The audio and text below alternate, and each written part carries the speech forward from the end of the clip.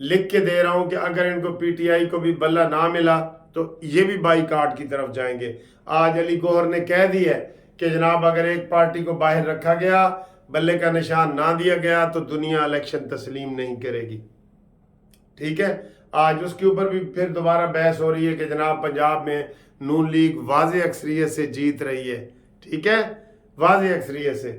اور اس وقت بھی یہ رانا ثناءاللہ صاحب کا وہ جو اپنے نون لیگ کی جھگڑے ہیں نا, اس کے بارے میں انٹرویو آ رہا ہے, تھوڑا سا آپ دیکھ لیں, پھر اس کے اوپر مزید تبصرہ کرتے ہیں. دیکھ لیں آپ کہ رانا ثناءاللہ صاحب کا موقف کیا ہے. جی یہ جو ٹکٹ نہیں نا ملے لوگوں کو, اس کے بارے میں یہ ان کا انٹرویو آ رہا ہے, وہ ذرا دیکھ. اکانومی کے سمجھا ان کی تعداد جو ہے وہ جو موجودہ ٹیم ہے, تو جن صاحبان کا آپ نے نام لیا تو بالکل یہ دانیال کو بھی بڑی اچھی آج طلال چودھری کو بٹھایا رانا, کسی نے سائیڈ لائن نہیں کیا, وہ خود ہی جو ہے وہ اس وقت انہوں نے سائیڈ لائن ہونا جو ہے وہ پسند کیا ہے.